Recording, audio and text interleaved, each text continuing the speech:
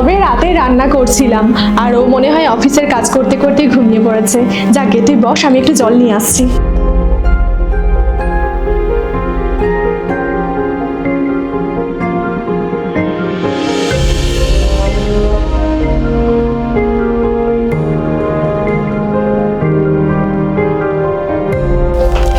এই নে, তা বল, চা না কফি খাবি? না না, ওসব লাগবে না, আমি এক্ষুনি চলে যাব রে।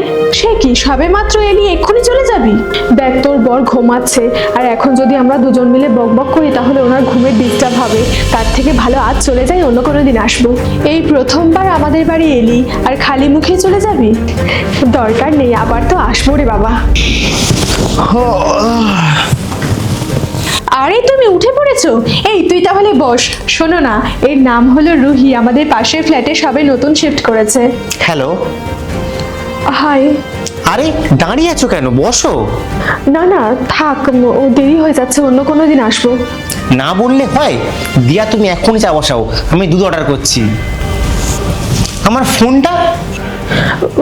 আমার বর না এখন অপেক্ষা করছে, বুঝলি তো, যাই পরে আসবো। একটু দাঁড়া না, এত তাড়াহুড়ো করছিস কেন?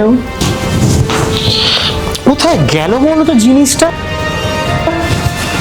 আর এখানে টাকাও তো রেখেছিলাম, সেটাও দেখতে পাচ্ছি না। রুহি আসার পরে তুই কি একবারও দেখেছিলি? কই না তো, আমার মনে হয় তুমি কোথাও রেখে ভুলে গেছো হয়তো। ভুল হওয়ার কোনো চান্সই নেই, স্পষ্ট মনে আছে এখানে রেখেছিলাম। এক মিনিট দাঁড়াও, আমার ফোন থেকে একবার তোমার ফোনে কল করে দেখি, তাহলেই তো বুঝতে পারবো। হ্যাঁ হ্যাঁ করো।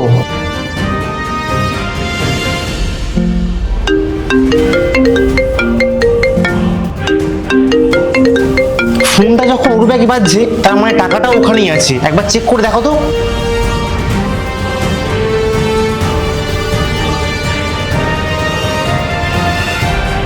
বন্ধু ভেবে বিশ্বাস করে নিজের বাড়িতে এনেছিলাম, আর সেই তুই কিনা চুরি করলি? বিশ্বাস কর, আমি করতে চাইনি, চোখের সামনে এতগুলো টাকা দেখে লোভ সামলাতে পারিনি। শুনেছি মানুষ অভাবের তাড়নায় চুরি করে, কিন্তু তুই তো স্বভাবে করছিস রে। দেখো, আমি মনে করলে কিন্তু পুলিশ কমপ্লেন করতে পারি, কিন্তু তোমার একটা পরিবার আছে, আজ তাদের কথা ভেবে তোমাকে ছেড়ে দিলাম। শোনো, বাইরে কারোর সাথে যদি বন্ধুত্ব হয়েও যায় সেটা সেই পর্যন্তই রাখো, বাড়িতে কিন্তু অ্যালাউ করো না। আর যদি আমি জেগে না থাকতাম তাহলে কত বড় ক্ষতি হয়ে যেত বলো তো।